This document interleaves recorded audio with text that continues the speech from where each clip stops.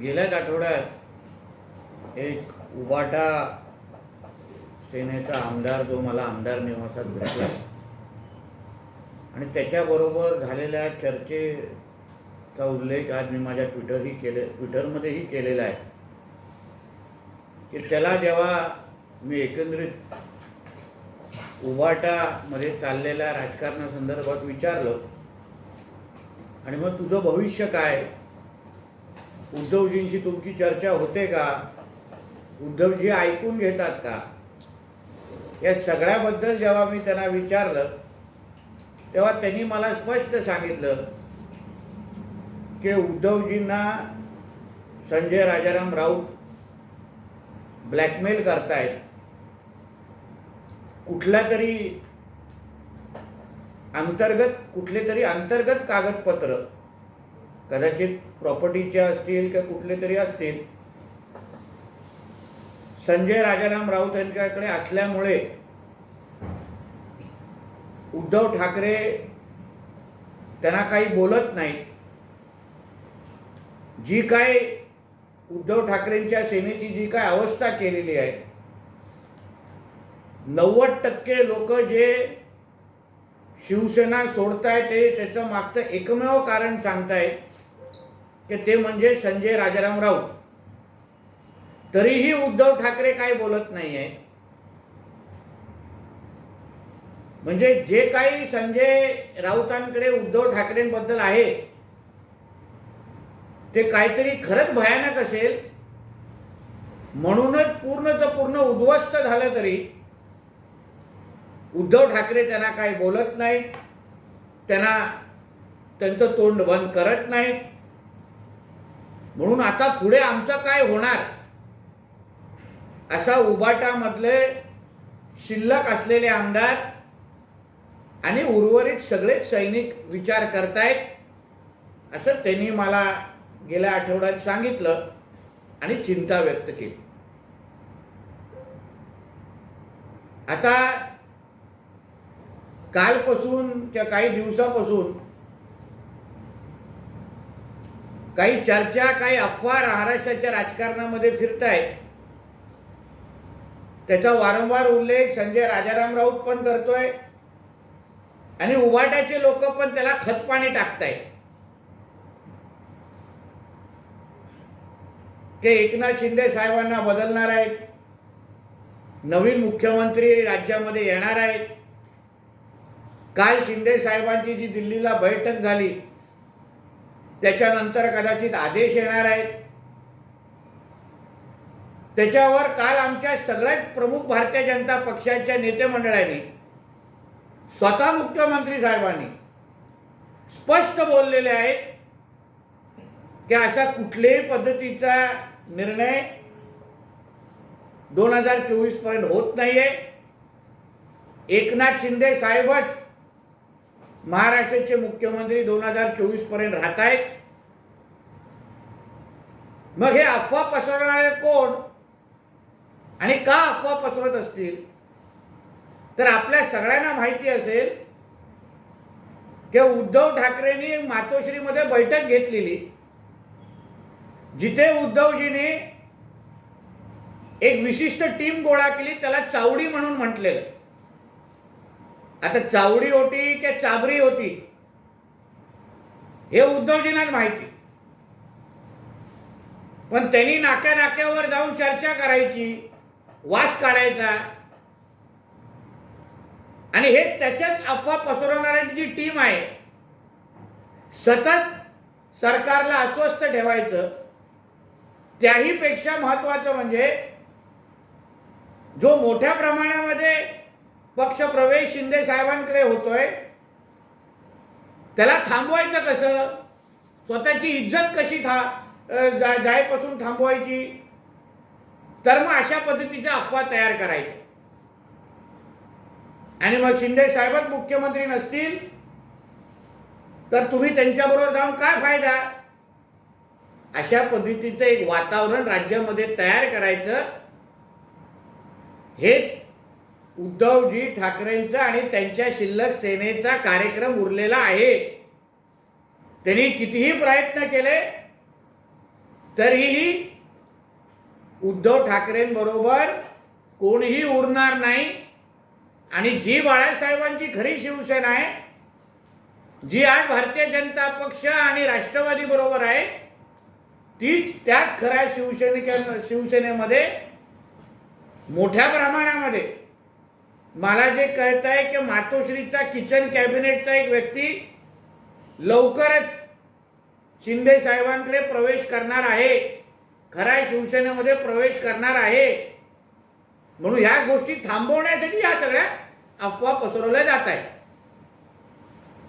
काल मी रिशाळवाडीकडे उद्धवजी गेले आणि मी काल तिकडले स्थानिक आमदार महेश बालदीजींचा इंटरव्ह्यू ऐकला. म्हणजे इर्शाळवाडीकडे कुठे गेले उद्धवजी, तर पायथ्याशी, म्हणजे मूळ त्या वाडीकडे गेलेच नाही. नुसतं 10-15 लोक खालती जमा केले आणि तिथे त्यांच्या समोर भाषण केलं आणि निघून गेले.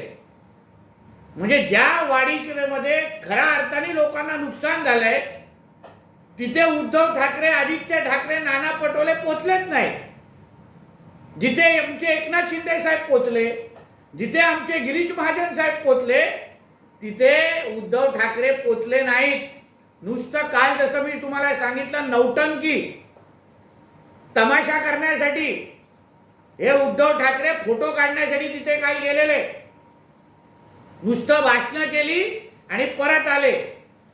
हीच नौटंकी मुख्यमंत्री असताना 16 मिनिटाचा सिंधुदुर्गाचा दौरा केलेला त्यांनी, 16 मिनिटाचा. त्या दिवशी सभागृहामध्ये विधान परिषदेमध्ये आले, गेल्या आठवड्यामध्ये फक्त 43 मिनिटं आले, 43 मिनिटं, 43. ज्या आमदारकीचा राजीनामा देणार होते, तीच आमदारकी बेशर्मासारखी आमदार म्हणून विधान परिषदेमध्ये बसले आणि जनतेचे एवढे प्रश्न मांडायचे सोडून माजी मुख्यमंत्री म्हणून आणि एक जबाबदार नेता म्हणून फक्त 43 मिनिटं सभागृहामध्ये बसून गेले. काय दुसरे माजी मुख्यमंत्री देशामधले मग अखिलेश यादव आहेत, आमच्या अगोदर देवेंद्र फडणवीस साहेब पण आहेत, अन्य जे काय देशभरातले जे माजी मुख्यमंत्री आहेत ते काय सभागृहामध्ये जाऊन बसत नाहीत, जनतेसाठी प्रश्न उपस्थित करत नाहीत. पण ह्यांची जनतेसाठी असलेलं दुटप्पी प्रेम, ह्याच्यावरूनच आपल्याला कळतं की नुसतं 43 मिनिटं सभागृहामध्ये बसायचं, त्याच्यामध्ये पण 20 मिनिटं जाऊन अजितदादाला भेटायचं, काड्या लावायचा आणि निघून जायचं. एवढंच उद्धवजी ठाकरेंचं काम. म्हणून ही नौटंकी महाराष्ट्राच्या जनतेने एकदाच बाहेर काढली, एकदाच त्यांना घरी बसवलं आणि काम करणारं सक्षम सरकार राज्यामध्ये आणलेलं आहे.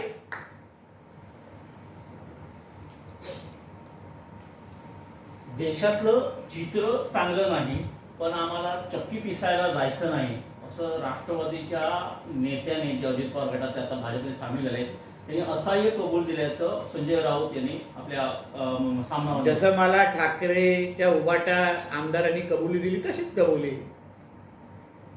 सांगणाऱ्या माणसाची विश्वासार्हता काय? संजय राजाराम राऊतची, म्हणजे संजय राजाराम राऊतची विश्वासार्हता काय? ज्या संजय राजाराम राऊतनी स्वतःचं हल्ल्याचं कट रचलं आणि म्हणून त्या उमेश शिंदेला, तुम्हाला आठवतं असेल, कोणतरी शिंदे नावाचा, त्याला पकडलं गेलं आणि नंतर कळलं हा ह्याचाच कार्यकर्ता आहे. म्हणजे स्वतःच्या मुखपत्रामध्ये बसून खोटं लिहायचं, असा खोटारडा पत्राचाळ कोविड सेंटर मधला आरोपी हा आम्हाला दुसऱ्यांचे कहाण्या सांगतोय, ह्याच्यावर आम्ही विश्वास टाकायचा? पहिला संजय राजाराम राऊतनी स्वतःचं कॅरेक्टर सर्टिफिकेट लोकांच्या समोर द्यावं आणि मग अशा पद्धतीच्या बाता कराव्या. सातत्याने मुख्यमंत्री 2 दिवसांनी किंवा 3 दिवसांनी दिल्ली दौरा करतात, याच्यावर आदित्य ठाकरेंनी टीका केली. केंद्र सरकारकडून मदत मागायची असेल, आमच्या पंतप्रधानांना भेटायचं असेल, तर तिथे दिल्लीत जायला लागतं. कदाचित पेंगविन ठाकरेंना माहिती नसेल की केंद्र सरकारकडून कुठलीही मदत लागली असेल तर केंद्र सरकारला भेटायला दिल्लीत जायला लागतं. पण तुमचे जे वडील मुख्यमंत्री असताना जेवढ्या वेळे 10 जनपथला जाऊन मुजरा करायचे त्याहीबद्दल थोडी माहिती आम्हाला द्या. तेही आम्ही खुल्या डोळ्यांनी तेव्हा पाहिलेलं की तुमची खरी मम्मी ही मातोश्रीला बसते का दिल्लीला बसते ह्याचं पहिलं उत्तर आदित्य ठाकरेंनी आम्हाला द्यावं. साहेब 27 जुलैला उद्धव ठाकरेंचे आवाज कुणाचा आहे ह्या शिवसेनेच्या पॉडकास्टवर एक मुलाखत दिली. त्याचा टीजर आता लॉन्च झाला आहे. त्या टीजरमध्ये असं म्हणतात उद्धव ठाकरे की शरणागती पत्करणार नाही. शरणागती पत्करण्यामध्ये ज्यांनी PhD केलेली आहे त्यांनी शरणागती पत्करण्याची भाषाच करू नये. ज्यांनी सोनिया गांधींच्या समोर जाऊन साष्टांग लोटांगण घातलं आणि नाक रगडून रगडून रगडून नाक पुसून म्हणजे नाकच त्याच्या घासलं गेलं, त्या माणसांनी शरणागतीबद्दल बोलणं हे सर्वात मोठं हास्यास्पद आहे. म्हणून हे जे काय आपसामध्ये घेतलेली ही जी काय नौटंकीची जी मुलाखत जी आपल्याला लवकरच पाहायला मिळणार आहे ना, पण मला विनंती करायची आहे संजय राऊतांना, कधीतरी उद्धवजींची मुलाखत घेण्यापेक्षा त्यांनी रश्मी ठाकरे वहिनींची मुलाखत घेतली पाहिजे होती, जेणेकरून शिवसेनेची अवस्था का झाली हे खऱ्या अर्थाने कळलं. म्हणून त्यांची माझी ही सूचना त्यांच्यापर्यंत पोहोचवा, कारण का महाराष्ट्रात पण कळून दे की खरं शिवसेना आणि महाविकास आघाडीचं सरकार कोण चालवायचं.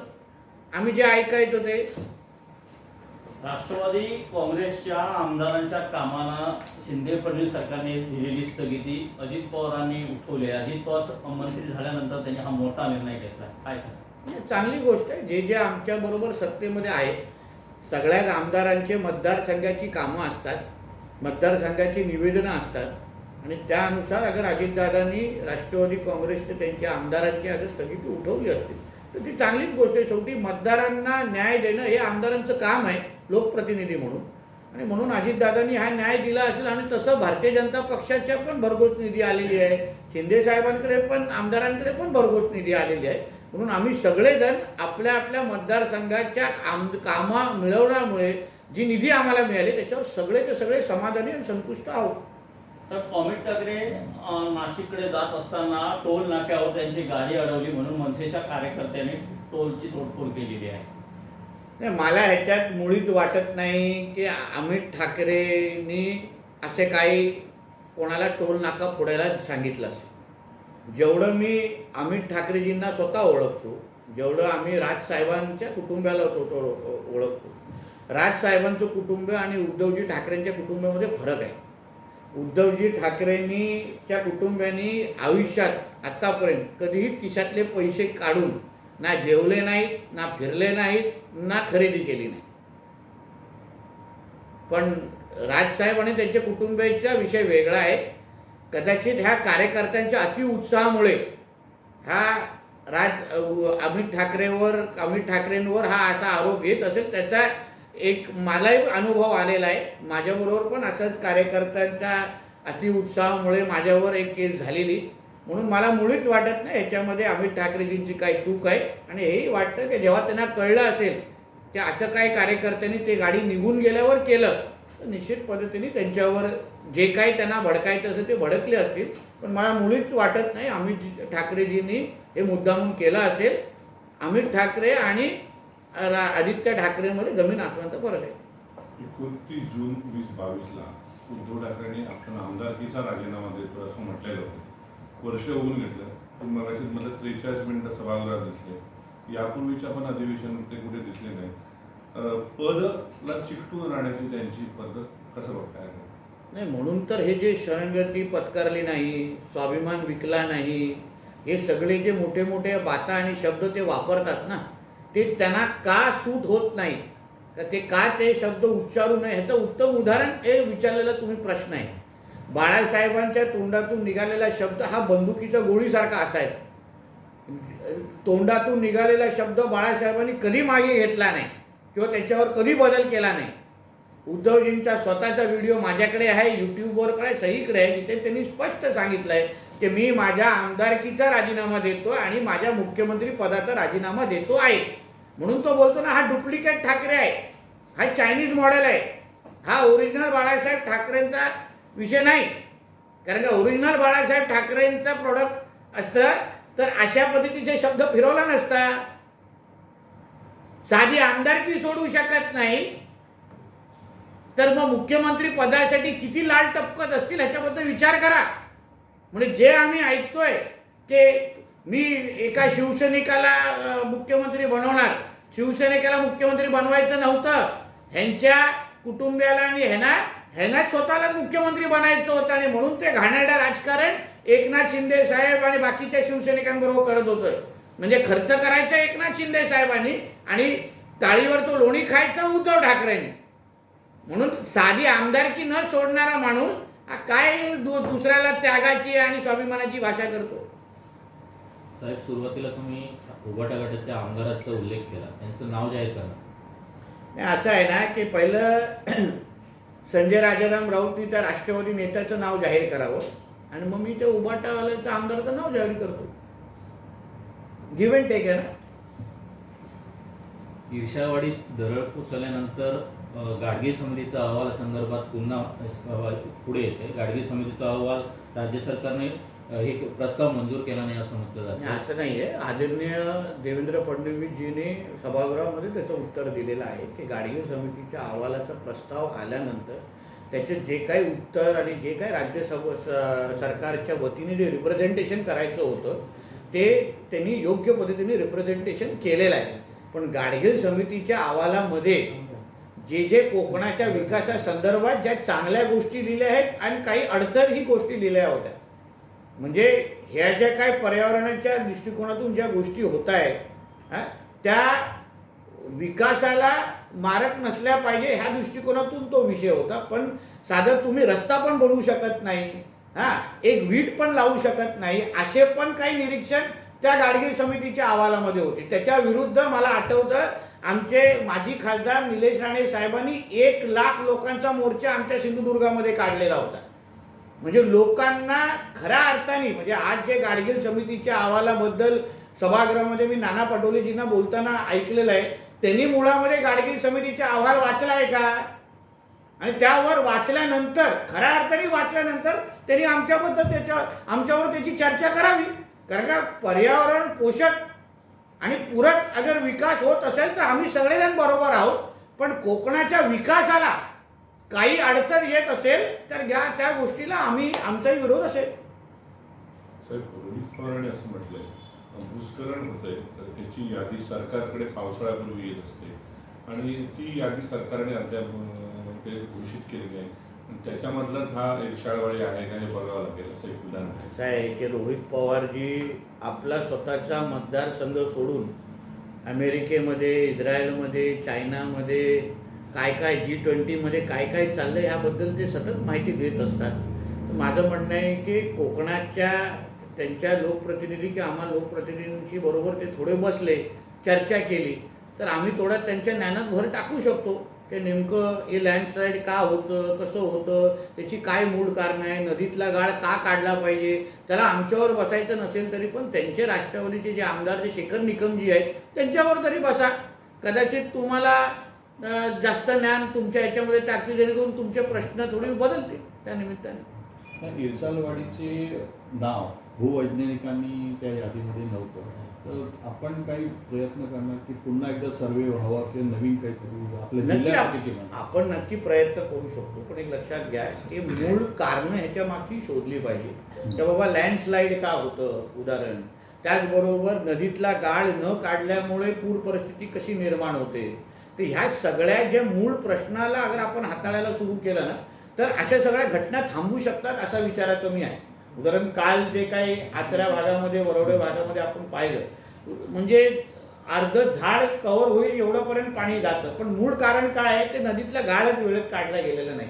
म्हणून मी प्रांत अधिकाऱ्यांना सांगितलं, म्हणून मी काल कलेक्टरांना फोन केलं की तुमच्याकडे आता निधी गाळ काढण्यासाठी मोठ्या प्रमाणामध्ये येऊन आहे तुमच्याकडे, तर ती वापरा आणि पुढच्या वर्षी कुठल्याही पावसाळा येण्याच्या अगोदर सगळ्या नद्यांचा गाळ काढून तो परत शेतीसाठी, कारण सरकारची चांगली योजना पण आहे, गाळ काढून परत शेतीसाठी कशी वापरता येईल याहीसाठी राज्य सरकार, केंद्र सरकारची योजना आहे.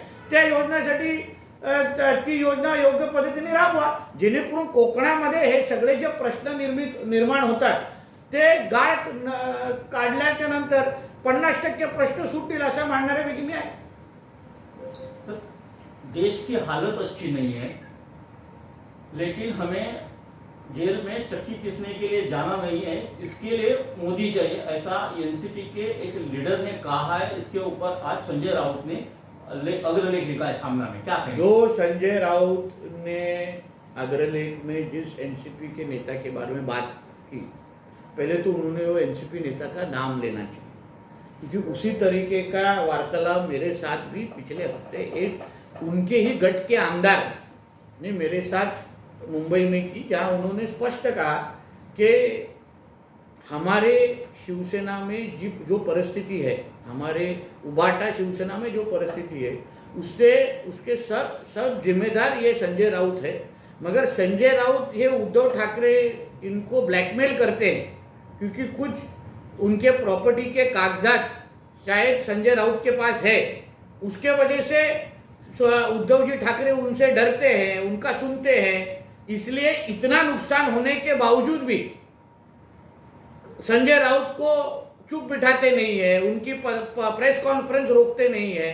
तो इस सब की चिंता हमें है कि अगर संजय राउत चुप नहीं बैठेंगे तो बचे हुए जो सैनिक है, बचे हुए जो हमारे विधायक है, वो भी कल शिंदे साहब के पास जा सकते हैं.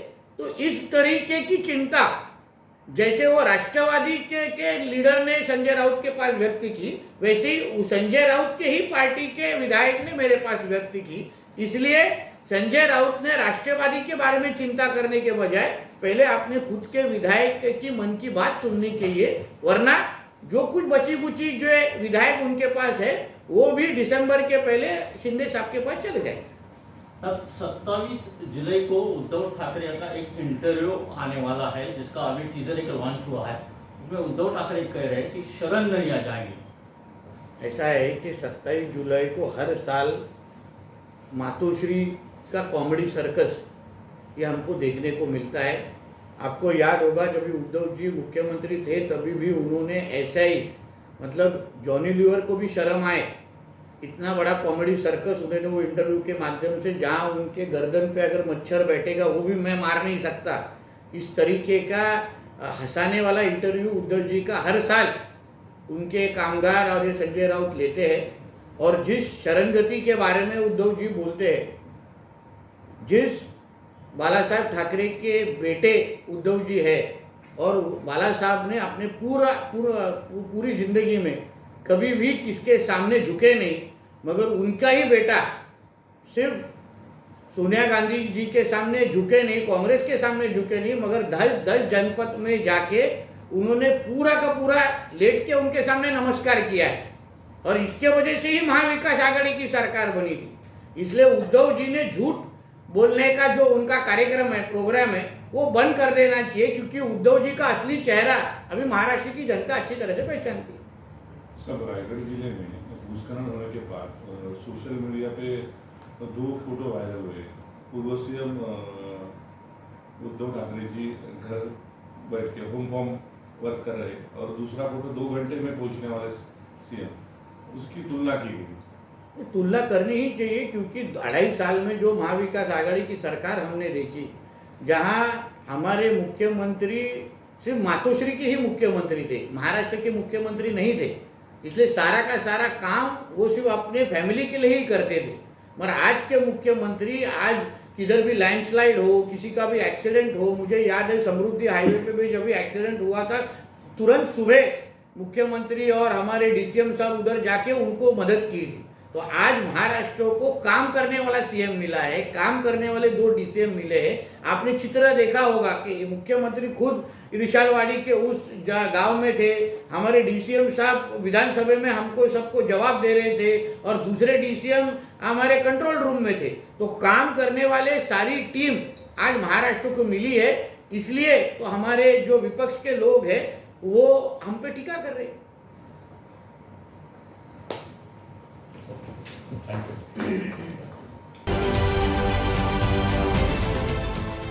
देश विदेशातील प्रत्येक घडामोडींचे लाईव्ह अपडेट मिळवण्यासाठी आता साम टीव्हीच्या सर्व सोशल मीडिया प्लॅटफॉर्मला लाईक, फॉलो आणि सबस्क्राईब करा. तसंच सर्व नोटिफिकेशनसाठी बेल आयकॉन प्रेस करायला विसरू नका.